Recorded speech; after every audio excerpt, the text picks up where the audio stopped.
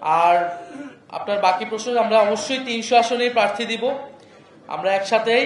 এবং আমরা বলতেছি যে শুধু রাজনৈতিক যারা নেতাকর্মী তারা নয়, যারা বাংলাদেশকে পরিবর্তন করতে চায়, গণ অভ্যুত্থানে নানান জায়গা থেকে অংশগ্রহণ করেছিল, যে সামাজিক নেতৃত্ব, সৎ দেশপ্রেমিক মানুষ, আমরা তাদেরকে আহ্বান করতেছি যে আপনারা আসুন, এই প্ল্যাটফর্মে আমরা ঐক্যবদ্ধভাবে দেশ পরিবর্তনের জন্য কাজ করব। আমরা 3টা সংগঠন একটা জায়গায় ঐক্যবদ্ধ হয়েছি, ঐক্য প্রক্রিয়া এসেছি। এখানে আমরা আরো কয়েকটা দলের সাথে কথা বলছি, তারা আসলে হয়তো আমরা এটাকে একটা কাঠামোগত রূপ দিব। ফলে এই জোটের কে প্রধান কে অপ্রধান এটা মুখ্য বিষয় না, এই জোটের দাবিটা হচ্ছে মুখ্য। এখানে